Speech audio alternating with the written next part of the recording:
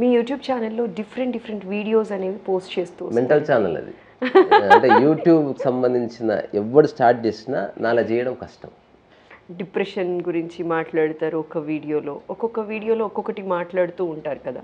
Main motto ఏంటి? ఏం లేదు. లైఫ్ అనేది అన్నిటిని ఇంక్లూడ్ చేసుకుంటుంది. హ్మ్.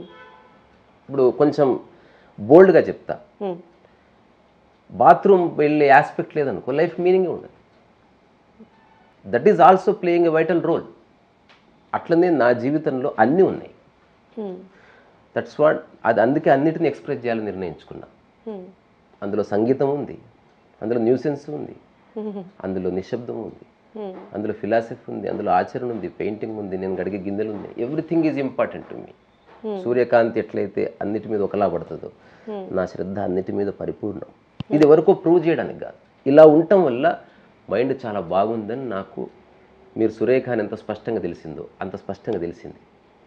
తద్వారా there is no further confusion. మీ ఫాలోవర్స్లోనే మిమ్మల్ని చాలా మంది అసలు ఫాలోవర్ అనే పదం నేను అంటే యాక్సెప్ట్ చేయరా? ఎందుకు చేయనంటే సబ్స్క్రైబర్ అనే పదాన్ని యూట్యూబ్లో తీసేసే ఉద్దేశం ఉంటే నేను ఫ్రెండ్ అని జోడిస్తున్నాను. ఓకే. అంటే నాకు అలాంటి ఒక మెకానిజం తెలియదు, మనకు చేయలేదు. బికాజ్ అది వాళ్ళ సంస్థ కాబట్టి వాళ్ళు సబ్స్క్రైబర్ అని పెట్టారు. సబ్స్క్రైబర్ అనేది ప్రపంచానికి సంబంధించింది. We are all beings, we are not subscribers. Nobody is subscribe to me. నేను అసలు దాన్ని నిర్ద్వందంగా తోసిపుచ్చుతున్నది. మీ friends every one is an individual unique person. ఇప్పుడు ఎవడు ఏ యూట్యూబర్ చేయని ఒక పని ఏంది, పర్సనల్ కమ్యూనికేషన్ ఉండదు ఎవరికి. ఏదో పోస్ట్ చేస్తారు, 1,00,000 మంది చూశారు, ఇంతమంది చూశారు, ఎంతమంది చూశారు అన్న కాంటెక్స్ట్ ఉంటుంది తప్ప ఎవరు చూశారు, వాళ్ళు ఎట్లా పర్సీవ్ చేశారు అనేది ఎప్పుడు ఉండదు. నేను అనుకుంటాను, నేను చెప్తున్నది మీకు అర్థం కానప్పుడు what is the point of saying. So నాకు చూసేవాళ్ళు ఎవరో తెలియదు, కానీ నేను చెప్తున్నది నాకు స్పష్టంగా అనుభవమైందే చెప్పాలి. ఇదొకటి. రెండవది, ఏదైతే చెప్తున్నానో కొన్నిసార్లు ఒక పుస్తకం చదివి చెప్తాను. అప్పుడు నేను చెప్తాను ఇందులో ఉన్న సమాచారం మాత్రమే చెప్తున్నాను, ఇది నాకు సంబంధించింది కాదు. పుస్తకం బాగుంది, రైటింగ్ బాగుందంతవరకే, ఇందులో ఒక్కటి కూడా మనం అనుభవించడానికి ఉపయోగపడదు. ఒక యోగి ఆత్మకథ జీవితాన్ని మార్చేసింది అని చెప్పి రజనీకాంత్ గారు కూడా నాకు తెలియదు, దీంట్లో డిక్లేర్ చేశారు. ఒక్క అక్షరం కూడా ఉపయోగపడలేదు. మీకు ఉపయోగపడలేదు? అంత ఈసోటెరిక్ లైఫ్ కాదు నాది.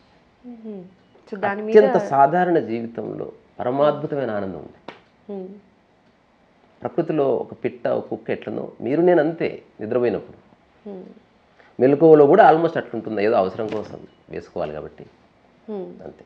యాక్చువల్లీ మీరు మాట్లాడుతున్న టాపిక్లో నుంచి క్యూ పాయింట్స్ తీసుకుంటూ ఇక్కడ దాకా వచ్చాము. మీ ఫాలోవర్స్లో ఏంటి అంటే, ఇందాక మీరు ఫాలోవర్స్ అన్నది కాదు ఫ్రెండ్స్ అని అనమన్నారు, పరంగా వాడుకుందాం పర్వాలేదు. బట్ నా హృదయంలో I recognise every person as equal to me, including you. మీరెంతో మా అమ్మ అంతే, అతనంతే, తెలిసిన వాళ్ళంతే, తెలియని వాళ్ళంతే. కానీ కొందరితో నాకు ఎక్కువ చనువు ఉంటుంది, వాళ్ళతో నేను పరాచకాలు చేస్తాను, ఏమైనా చేస్తాను. కొందరితో చనువు ఉండదు, డిప్లొమాటిక్గా ఉంటాను. But respect is same for everybody. నన్ను నేను ఎంతగా రెస్పెక్ట్ ఇచ్చుకుంటానో అంతే నేను మేము అలాగే చూస్తున్నాను. అప్పుడే నేను ఉండగలిగేది భూమి మీద. అంటే నేను జీవించడానికి మూల సూత్రం అది. Okay.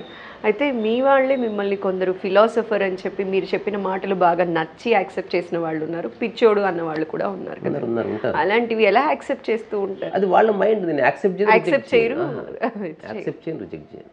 Okay. So coming to your personal life, me qualification? నేను బాగానే చదువుకున్నా. ఓకే. తల గోడ గుద్దుకొని మొత్తం మర్చిపోయినా. అంటే నేను దాన్ని సీరియస్ తీసుకోవట్లేదు. ఓకే. ఎంతవరకు చదువు? మాస్ కమ్యూనికేషన్లో మాస్టర్స్ చేసిన. ఓకే. తర్వాత జేఎన్టీయూలో ఫైన్ ఆర్ట్స్ జస్ట్ చేసి వదిలేసిన. చేసి మధ్యలో డ్రాప్ అవుట్. అంటే ఐఎమ్ యాక్చువల్లీ చాలా విషయాల్లో నేను డ్రాప్ అవుట్. అంటే దేనికోసమో నేను ఉండను అక్కడ. నాకు నచ్చింది లేదా నన్ను ఫీడ్ చేసేది ఏదో కావాలి, అది లేదా నాకు వద్దని. ఓకే. ఇప్పుడు మీరు ఒక హోటల్కి వెళ్తారు, మీకు నచ్చిన ఆహారం లేదు, ఎట్లా తింటారు? స్టార్ హోటల్ చాలా పేరున్నదని తిన్నారు కదా, మీకు నచ్చితేనే తింటారు. అట్లా ఒక యూనివర్సిటీ కావచ్చు, అది ఎంత గొప్పది కావచ్చు, ఒక గొప్ప జాబ్ ఆఫర్ కావచ్చు, వెళ్ళాను, చేశాను, ఇది నాకు ఫిట్ అవ్వడం లేదు. ఓకే. ఒక్క క్షణం నాకు ఉండలేదు. ఇంకా నేను రేపటి గురించి దేవుడు ఎరుగు, ఈ క్షణం అయితే బాగలేదు ఇక్కడ. నచ్చకపోతే ఇమ్మీడియట్గా అంటే నాకు ఫిట్ అవ్వాలి. షర్ట్ లాగా ఇప్పుడు ఎవడో చాలా మంచి కాస్ట్లీ షర్ట్ ఇచ్చాడు, తర్వాత కానీ నాకంటే ఒక 10 నెంబర్ సైజ్ పెద్దగా ఉంది, ఏం చేస్తాను, మీరు వేసుకోరు. సో చిన్న చిన్న విషయాలు ఉన్న స్పష్టత మనకి నిజమైన విషయాలు లేదు. మనకి భోజనం విషయంలో స్పష్టత ఉంటుంది, చీర మ్యాచింగ్ విషయంలో స్పష్టత ఉంటుంది, బట్ మనుషుల విషయంలో స్పష్టత లేదు. వి కాంప్రమైజ్. సో ఇప్పుడు నేను అట్లా కాంప్రమైజ్ లేదు, లేకపోతే అడ్జస్ట్మెంట్ లేదు. Now I'm in the realm of understanding. మీరెవరు, I understand, hence I don't fight with you. మీరు ప్రతిదాన్ని నెగిటివ్గా చూసే మైండ్ మీకుందనుకోండి, I stop communicating with you. మీతో స్నేహం ఎప్పటికి ఉంటుంది అంటే నాకు స్నేహం ఎప్పుడు పోదు. ఏమేమి డిస్కార్డ్ చేస్తే స్నేహం ఉంటుందో అవి డిస్కార్డ్ చేసి స్నేహాన్ని ఉంచుకుంటా అట్లా. ఓకే, అయితే మీ దృష్టిలో ఇప్పుడు ఎవరినైనా సరే మీ గోల్ ఏంటి అంటే చెప్తారండి, నేను ఒక పొలిటీషియన్ అవ్వాలనుకుంటున్నాను, నేను ఒక డైరెక్టర్ అవ్వాలనుకుంటున్నాను, నేను ఒక మంచి ఎంటర్ప్రెనర్ అవ్వాలనుకుంటున్నాను అని అంటారు కదా. మిమ్మల్ని ఎవరైనా మీ గోల్ ఏంటి అని అడిగితే ఏం చెప్తారు? అసలు గోల్స్ లేవు నాకు. అసలు గోల్ లేదు అంటే నేను చాలా అంటే పుస్తకాలకు అతీతమైన ఒక లివింగ్. నేను పుస్తకాలను ఎంజాయ్ చేస్తాను అంతవరకు.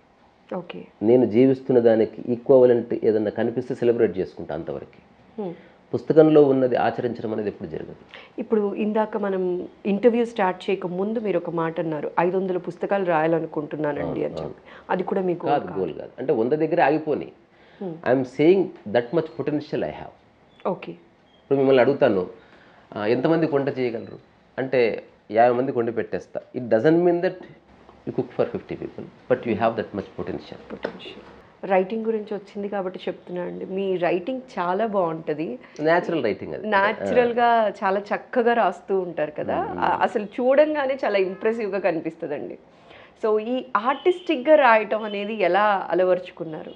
అలవర్చుకోలేదు, ఫస్ట్ నుంచి నా యొక్క దృక్పథం అట్లున్నది లైఫ్ పట్ల. అంటే అందరూ ఎవరిని చూసినట్టు నేను ఒక టైంలో ఈ ప్రశ్న అడిగిన, అంటే ఒకటి డిగ్రీ అయిపోయిన తర్వాత నేను పతంగులు ఎగిరేసేవాడిని మస్తు, డే ఇన్ డే అవుట్. అసలు నాకు ఎప్పుడు నిద్రపోవడం కూడా ఆటలాగానే, అంటే ఏ భంగిమలో పడుకున్నాను, ఏ భంగిమలో లేచాను, ఇట్లాంటి ఆట ఆడుకునేవాడిని. ప్రతిదీ కీన్గా అబ్జర్వ్ చేసేవాడు. అసలు నా దృష్టి అంతా నా మీదే. అసలు నాకు వేరే వాళ్ళు తెలియదు, నాకు క్లోజ్ ఫ్రెండ్స్ లేరు. రకరకాల ఫ్రెండ్స్ ఉన్నారు, దేర్ ఇస్ నో ఒకటే ఫ్రెండ్, వీడితో ఇప్పటికీ క్లోజ్ ఫ్రెండ్ లేరు, అందరు స్నేహితులే. ఈక్వల్ అన్న తర్వాత క్లోజ్ ఎక్కడిది? ఇప్పుడు మీరు అమ్మ సమానం ఉన్నప్పుడు క్లోజ్ ఎక్కడిది? జస్ట్ చనువు ఉండడం వేరు. ఇప్పుడు ఎక్కువసేపు మనం కలిసి ఉంటే కూడా ఎంతో కొంత చనువు ఏర్పడవచ్చు. తద్వారా మీరు అని ఒరే అనొచ్చు, నేను మిమ్మల్ని ఇంకేమని అనొచ్చు, బట్ అంతవరకే. రెస్పెక్ట్ మారడానికి వీలు, అంతఃశ్రోతలో మార్పు ఉండదు. నాకు అర్థం కాని ఏంటంటే ఫస్ట్ నాకు చాలా బుర్ర తినేసిన ప్రశ్న,